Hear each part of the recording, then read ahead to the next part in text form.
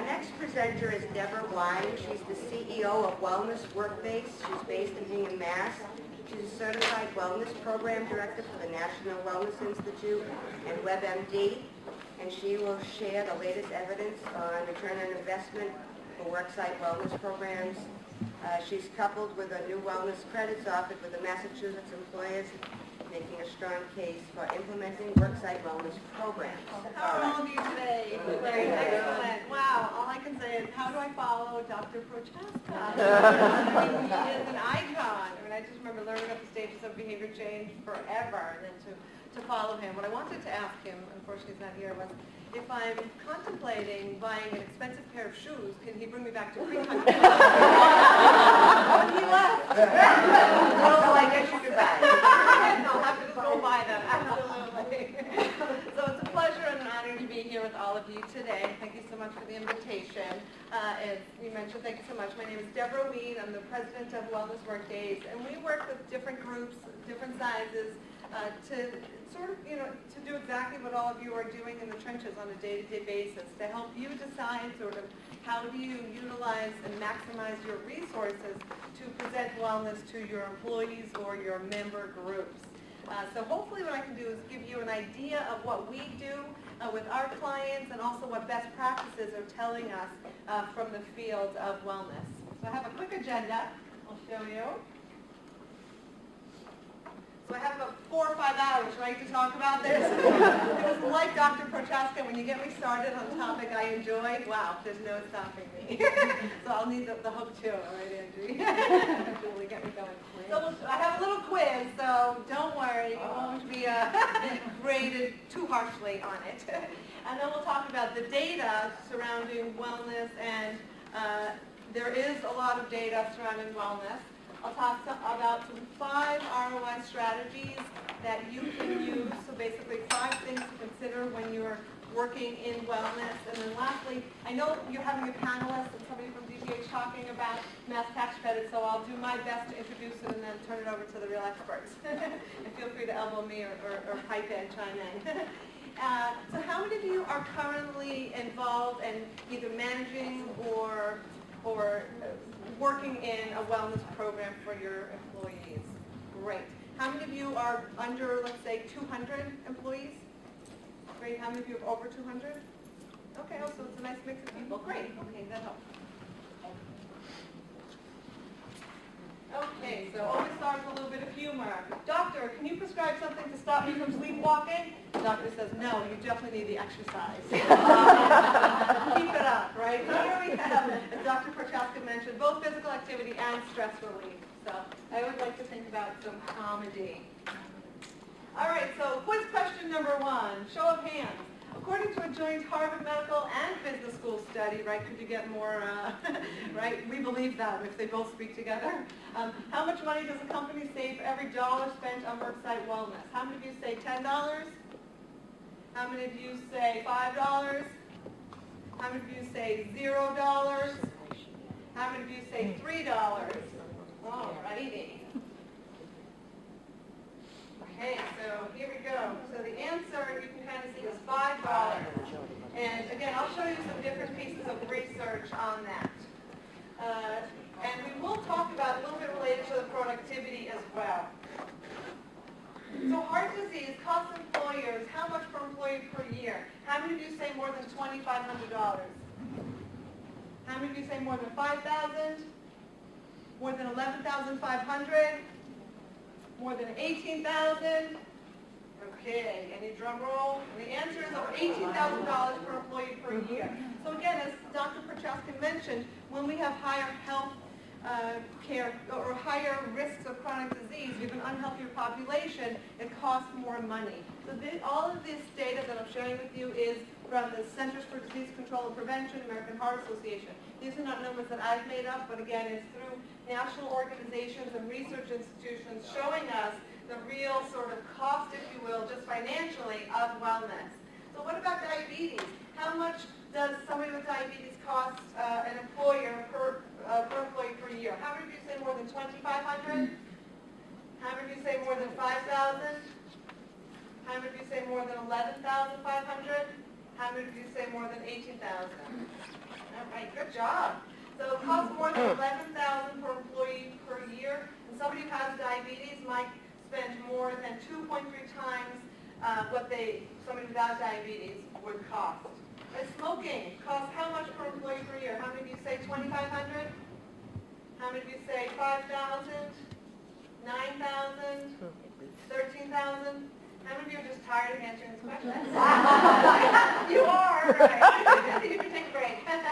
All right, more than 5,000 per employee per year. So whether it's smoke breaks, absenteeism, related to deaths, workers' compensation, excess medical expenses. So again, that just gives you an idea, according to CDC research, that when we have these individual risk factors, or actual chronic diseases, it increased our costs.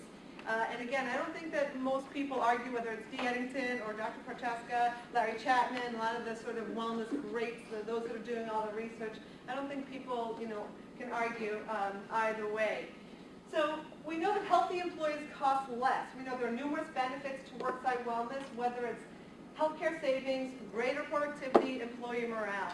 Many organizations choose a variety of reasons to start wellness. When my clients usually come to me and they say, we know it's the right thing to do for our employees, period, right? So then they also say, and it's costing us so much money, we can't continue to sort of, move in the same direction. So usually it's the right approach and then sort of the reality of the economic status of healthcare costs rising. So you can see here in this research study from the National Business Group on Health, this was done several years ago, talking about some of the major benefits of worksite wellness. So in the studies that they reviewed, and I'll show you just a couple different, sort of meta-analyses or big overarching research studies. So not just one small study, but a review of many studies. And here you can see the overarching benefits, including increased employee morale, more than 56%, improving employee health, reduced healthcare costs, reduced accidents on the job, reduced absenteeism, and then increased productivity. So lots of benefits. Again, regardless of your sort of focus on wellness, we have to do a sort of, Dr. Prochaska even, I think, nailed it right in the head, talking about assessment. So before we do sort of implementation of a program, we need to determine what it is we're trying to accomplish. So if these are the end benefits and results, we need to take a step back and say, what do we want to accomplish from our wellness program? Because there are numerous benefits. And there is a good amount of research on the return on investment. So what surprises me is when being in the field for so long and working with CFOs and the same thing I'm sure you're doing, working with your CFO or CEO or trying to sell this to the C-level suite and say, well, I don't know where the research is. I don't know that we can actually see any benefit. Well, you can kind of see the numbers. I'm not going to go through each and every one of these with you, but whether it's reducing medical costs, improving absenteeism, medical costs and absenteeism, you can see the number of studies that support wellness. What I think happens is, in the translation to, the trenches, if you will, so when we're actually doing a wellness program, what happens is we have great intentions, but we don't necessarily have the best resources. So we run a yoga class and we run a Weight Watchers program and say, why aren't we improving our bottom line? Well, we need to make sure we're measuring the bottom line. We need to make sure that we're attacking sort of what employees are interested in doing. We need to make sure that we're really focused on the healthcare costs and claims and the true realities of what's affecting our population. So when we do assessments with organizations, very often it comes to employees are stressed, they're trying to lose weight, they're trying to eat better, exercise more, but we have to really consider what are healthcare claims telling us we need to focus on? What are employees hoping to accomplish? And how do we then develop a strategic implementation along with some sort of evaluation to make sure that we're meeting our goals? Very often it's, I really want to focus on smoking because I see smokers outside.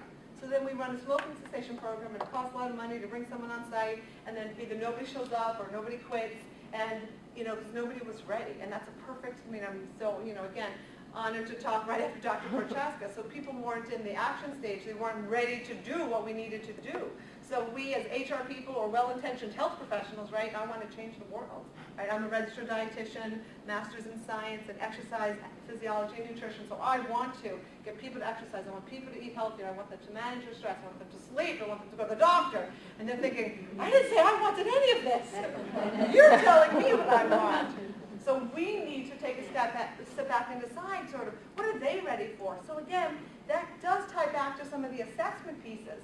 So as an example, like in the personal health assessment that we use, we include well-being questions, we include productivity, and we also include a question which relates back to Dr. Prochaska's field of study, which says, what are you planning to do in the next 6 months? To me, and I will say this in front of my 2 children who are 8 and 10, it's like cheating on an exam, right? Because I'm saying, what do you want to focus on? So now it's like, ta-da, this is what we should focus on. If I find out that 50% of the population wants to lose weight, 40% want to exercise more, only 10% want to quit smoking of the smokers, so that might be 20 smokers and 10% want to quit, maybe not wanting to spend all my money, resources, when I don't have an unlimited budget on smoking just yet. But again, we can move them from that pre-contemplation to contemplation stages by educating them about the negative consequences of smoking while we're targeting those, the ripe fruit, as they say, those that are ready to make a change right here and right now. So thinking about that intervention has to tie back to that assessment. So it is possible to get this data and this research only when we're doing it strategically. Too often I think that wellness programs are just thrown at employees without the assessment and the strategy. And at one of the cancer centers, we saw that there was an 80% decrease in lost work days and a cost savings of $1.5 million and 50% decline in workers' comp insurance claims. So those large organizations that have money to finance the evaluation pieces can do it and show these benefits. I think smaller organizations might not have the funding to do the evaluation, but still can utilize these best practices to make the difference and the change in your own organization. And that's sort of what I want to talk about today. So also, presenteeism, again, an employee underperforms because they're ill or stressed. So they might not be absent, but they literally might not be too present while they're at work. So they're there, they came in, they don't want a sick day, but they're getting nothing done. And that's exactly what our first speaker mentioned. So an example, also cost to employers could be 2.3 times higher than medical and pharmacy costs. So again, talking about productivity is exactly what Dr. Prochaska mentioned, that the productivity could be 2 to 3 times greater, it's exactly what you just mentioned, than just the medical costs. So there's a lot of areas of wellness that we can really focus on. You can see the number, some costs. So annual health cost estimates could be $6,700 due to presenteeism, so that relates to productivity, and direct health costs is only $2,000 or $2,200. So again, that's that 3 to 1, 3 times as more cost related to productivity. Harder to measure, but an important aspect. And again, we do look at that, and I think it's something to consider when you're doing some analysis of your program. So lower voluntary attrition. So an attrition rate from an organization, Biltmore Tourism dropped from 19% to 9% due to workplace wellness programs. So again, employee retention. When employers or employees feel like the employer cares about them, that they're doing this not as a stick, not as you will pay more money because you're unhealthy, you're overweight, you smoke.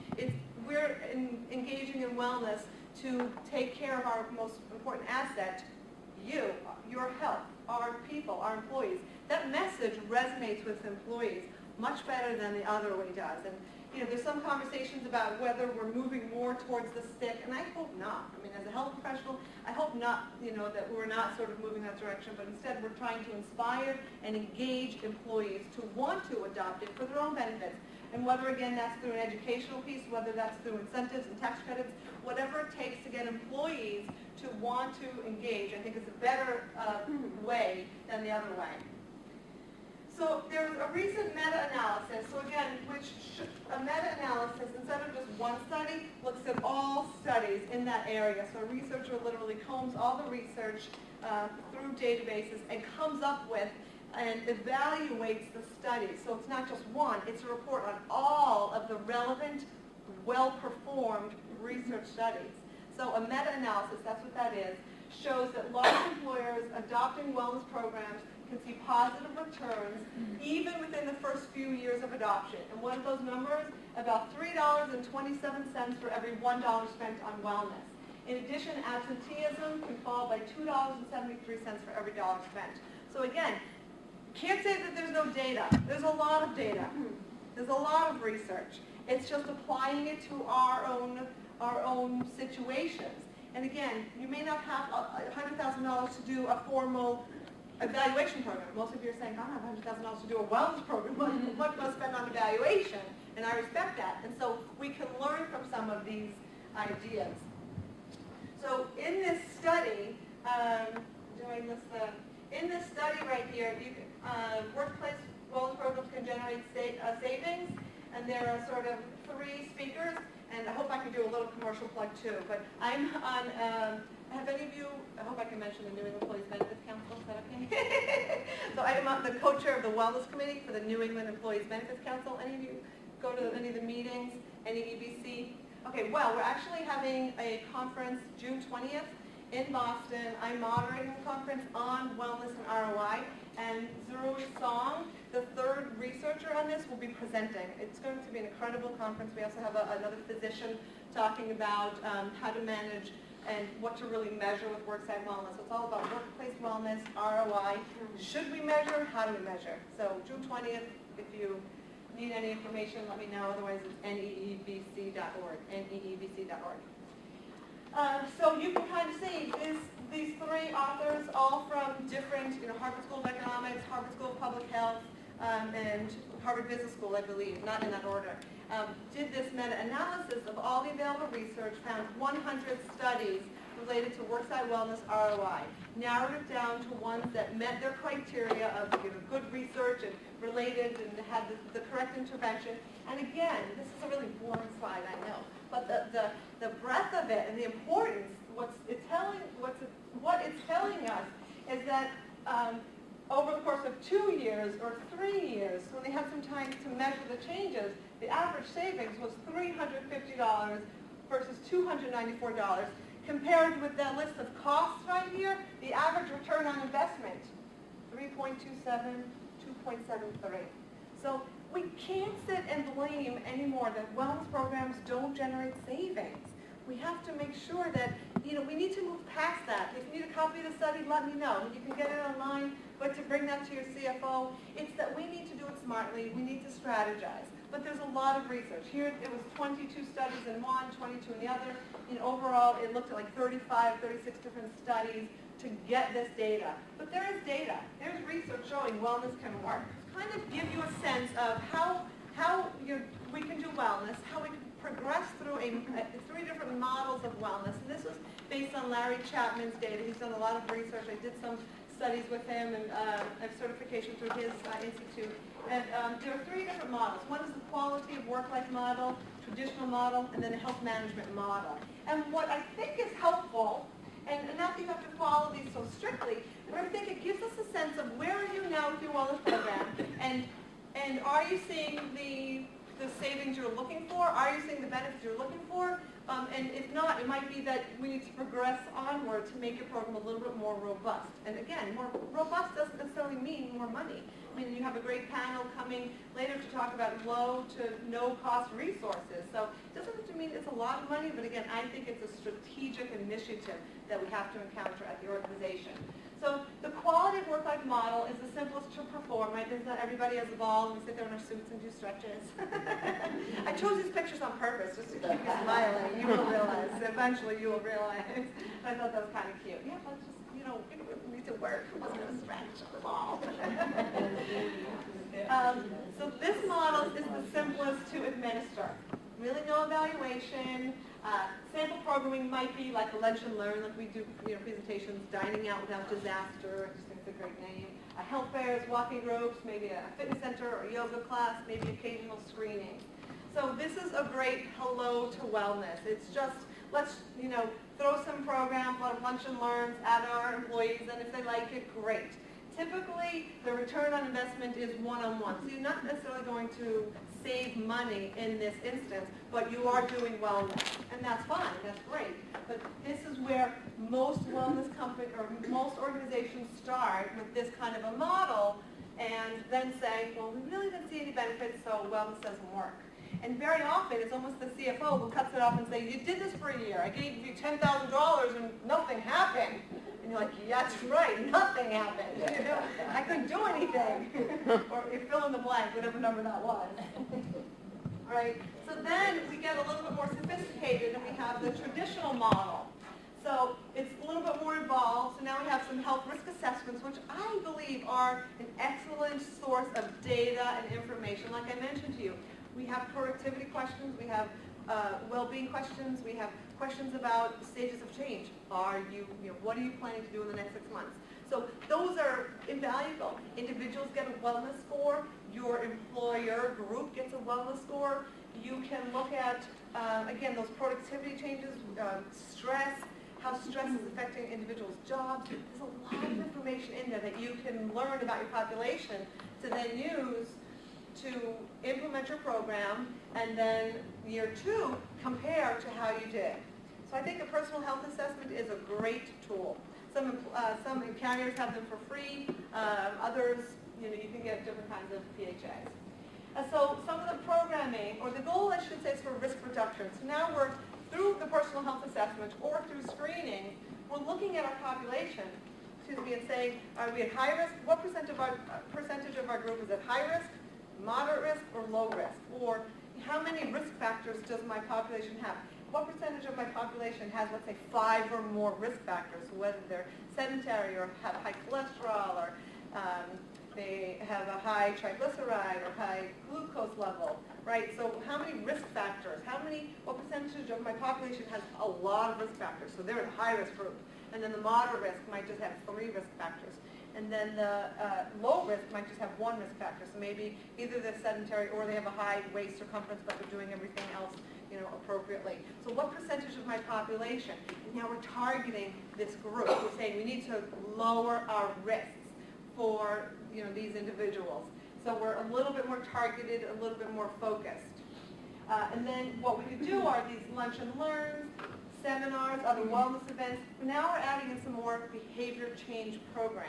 We're really targeting different behaviors. Like one example I mentioned is our wellness team challenge. So this is something that we run for different employers, and individuals sign up at a team of 3 to 5 or 5 to 8 people, depending on the size of the organization, and they earn points for themselves and their team by participating in healthy lifestyle activities. So it's completely self-reported. They go online to our portal, just log in and say, I exercised for 60 minutes. I ate, 5 servings of fruits and or vegetables. And it's simple questions. It says, did you sleep more than 7 hours? Yes or no.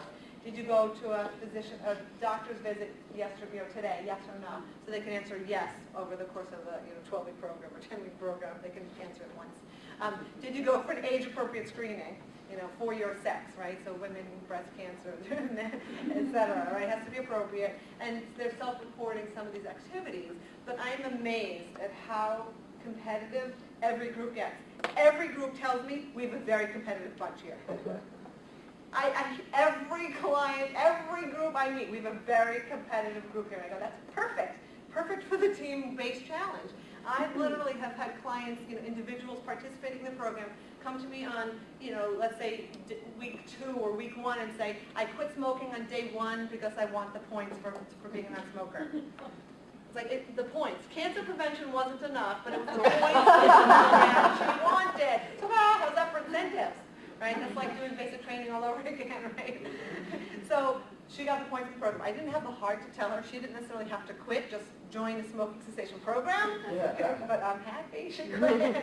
I've had people come to me and say, I've done 60 minutes every day for the entire challenge because I want those points for me and my team. Okay.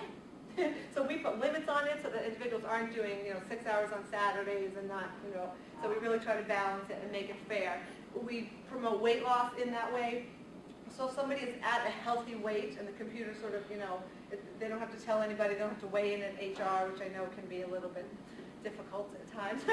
People don't want to weigh in with someone that they work with often, right? So the computer, what do you call it, estimates measures their body mass index based on their age, their height and weight.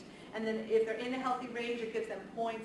Or if their BMI is high and they've lost up to 2 pounds of weight, that week they earn the same number of points. So we're promoting a healthy rate of weight loss over time. If you lose 3 or 4 pounds, great, good for you. Not really. But you only get points for 2 pounds. So there's, an element of education. There's educational seminars. So this is where we're talking about risk reduction. There's education involved in it. We're really trying to target these sedentary activities, these lifestyle activities, the different risk factors that we're talking about. So this is where you might involve your EAP too. So you might even give points in this wellness challenge if somebody participates in the EAP phone call for that week or something like that. Again, if you're doing screenings or biometrics, something focused more on targeting risks. A typical return on investment can be closer to that 1 to 3.0. So for every dollar spent, you can reduce your cost by about $3. So you can see that difference. So the health management model, so again, this is the third sort of level and most comprehensive. Most employers move throughout these stages. They move from one to the other. It's like a spectrum. They don't necessarily start here. Some do. But so this is most comprehensive. And I talk about this all the time. Talk about keeping the healthy people healthy. And on the DPH information, they're talking about a model for wellness. I was so happy to see that's what they're talking about. Keeping the healthy people healthy and helping the high risk. Right? Because I know as health professionals, over time, people's weight increases, their blood pressure increases, we become more sedentary. Things happen if we're not paying attention.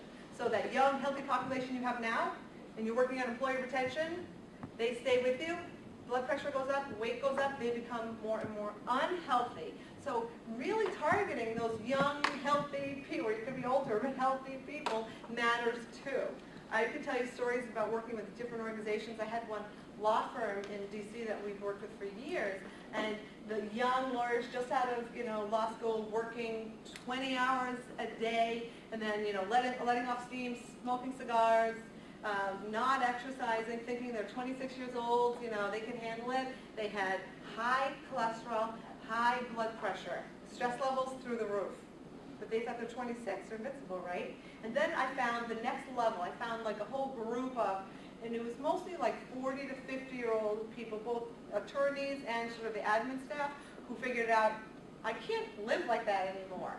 And who were much older, figured out that balance, cholesterol normal, blood pressure normal, exercising. So here we have the younger population, much more unhealthy, much larger number of risk factors.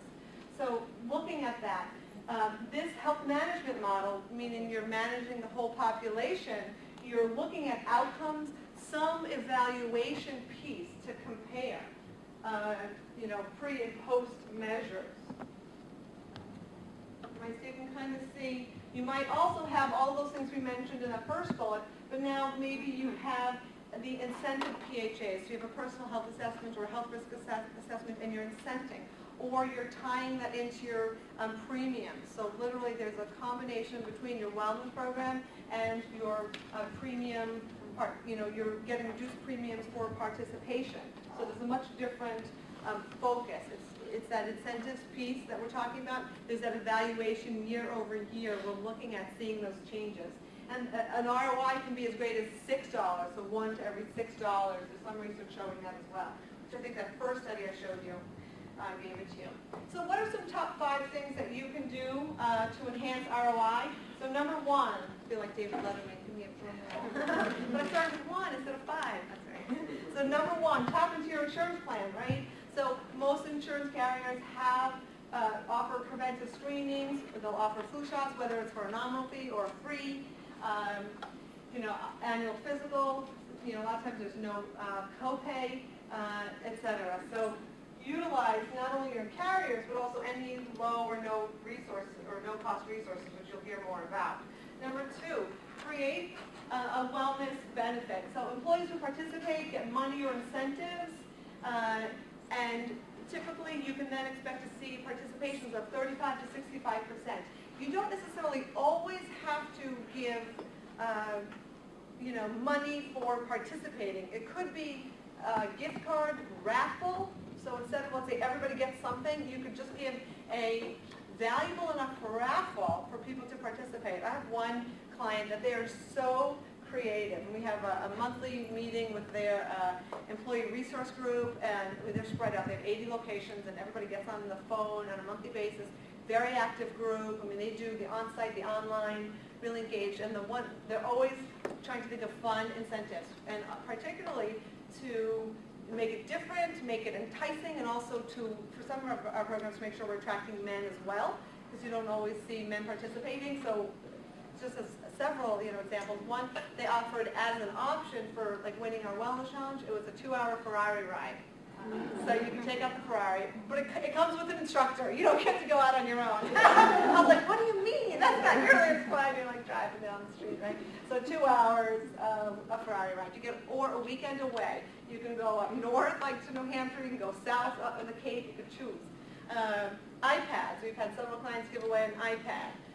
Trying to think of other fun things. So they make it fun and engaging. So if you make it valuable enough, you don't have to give out $150 for each person, but instead you might give 1 or 2 prizes that are big that people think, I want to win that. And that does increase participation.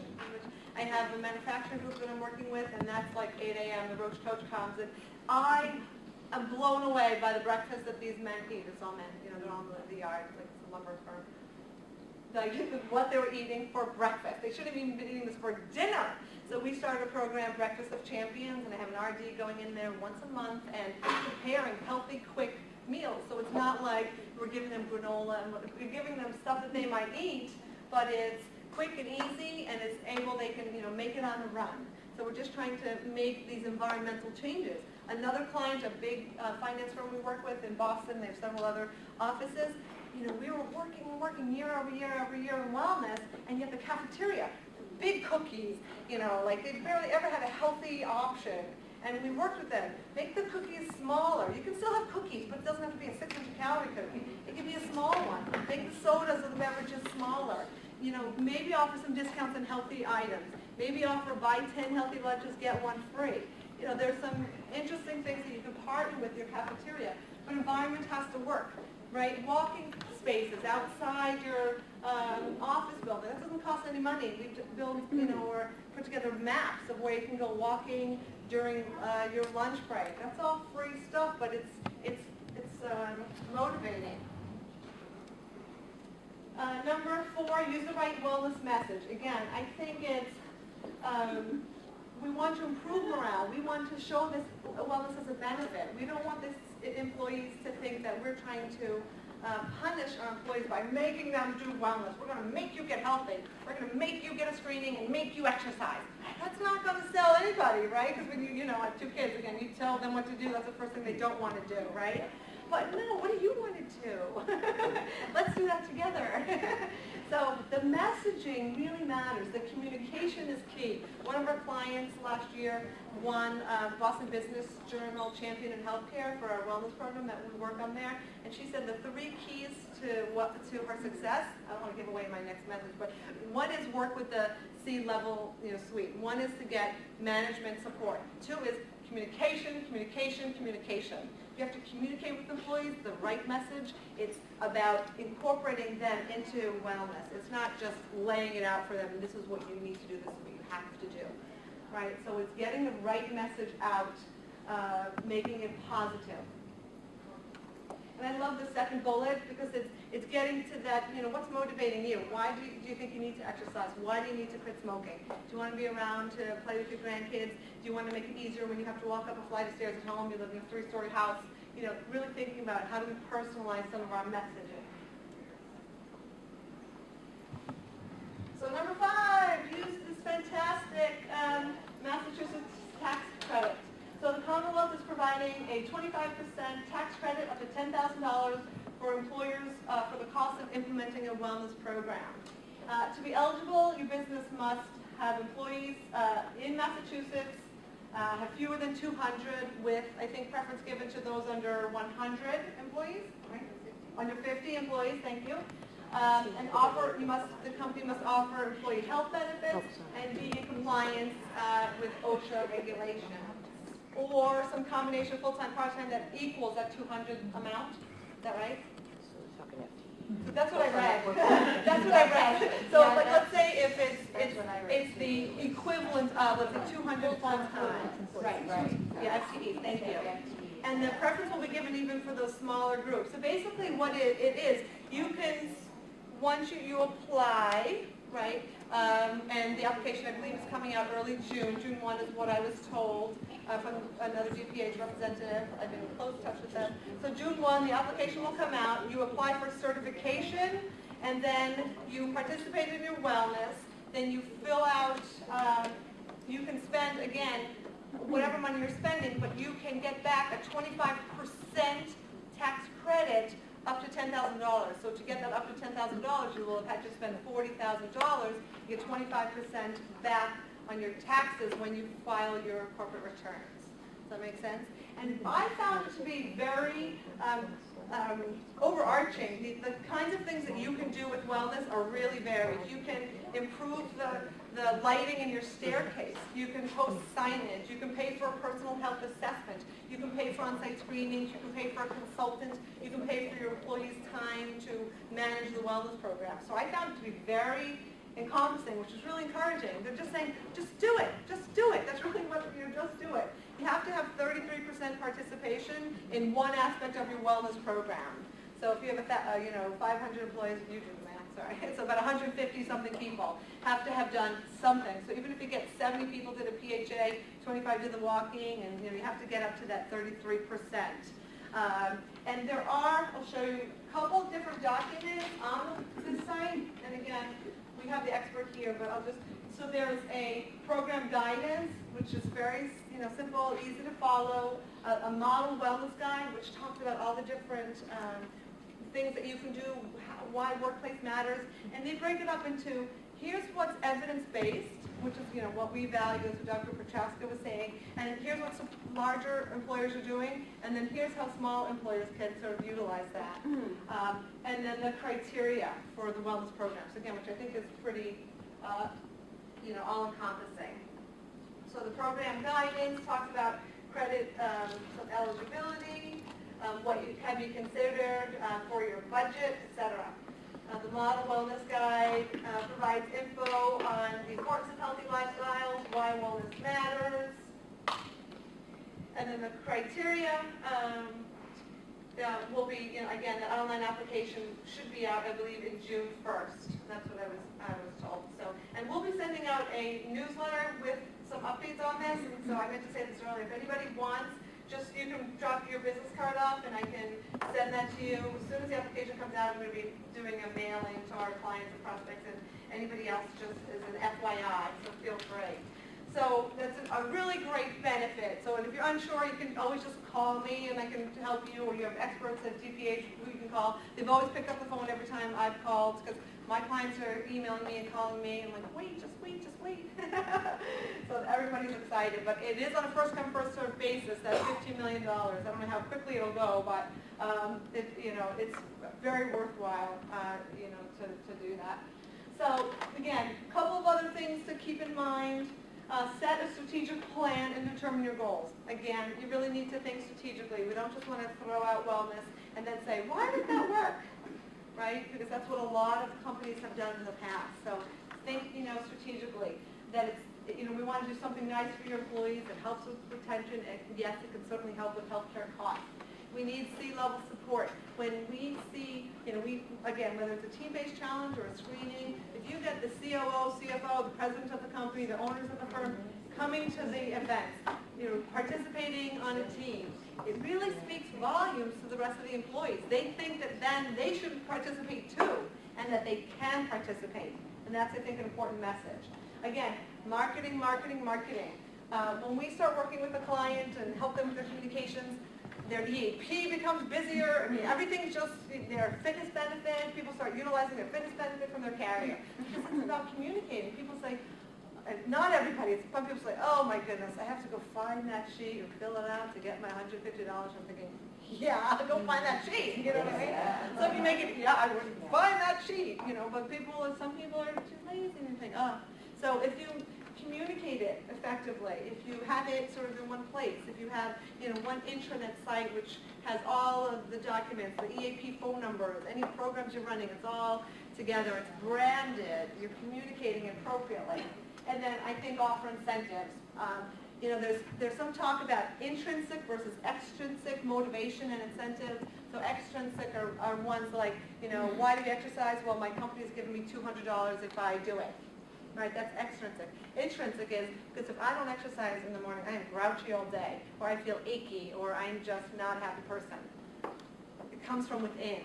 So sometimes, and that is the goal, that this extrinsic motivators that we're utilizing, the benefits, the premium benefits, the tax credits, can then become, when you develop a population of inspired and engaged employees that say, what did I do before I started this walking program? I will never quit walking. I love going out 3 days a week with my coworkers, getting fresh air, and how I feel when I get back to my desk, the feeling that I've done it. So again, the hope, and that is what some research shows, is that extrinsic can promote intrinsic changes. And that's, I think, the ultimate goal as a health professional and as an HR person trying to promote wellness. So I know we're at the end of our time together. So here, Jesus Ice Cream Company does not count as a summer fitness program. So just in case any of you were wondering, I know it's not you that I need to worry about. So feel free to join me on Twitter, Facebook, LinkedIn, so we can keep in touch. Again, we send out a weekly newsletter that's purely educational and a monthly one on Worksite wellness strategies. So if you're interested, feel free to drop off your business card or stay in touch. I'd love, your feedback. I'd love to hear what, all of you are doing. So thank you so much for your time today.